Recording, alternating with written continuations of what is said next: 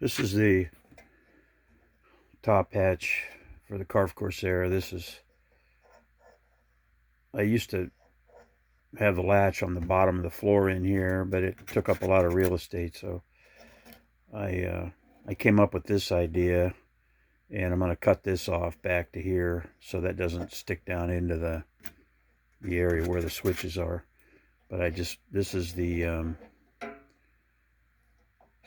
way that works, and you just go like this to latch it, and then that becomes a replica of the gas cap for the top tank on the Corsair. So to open it, you just rotate it and pull it open, and it's positive latch. It's not coming off. And then I got a wedge in on the inside here. You can see it right there. See if I can do it on the outside here. See that?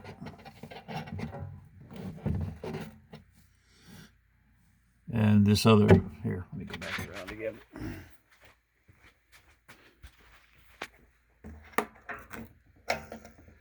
This other wedge here keeps the other side of the latch from tilting back because of the screen, and that way the gas cap stays flush all the way around, rather than being on a tilt because of the pressure that a spring would put on it, pulling it one way.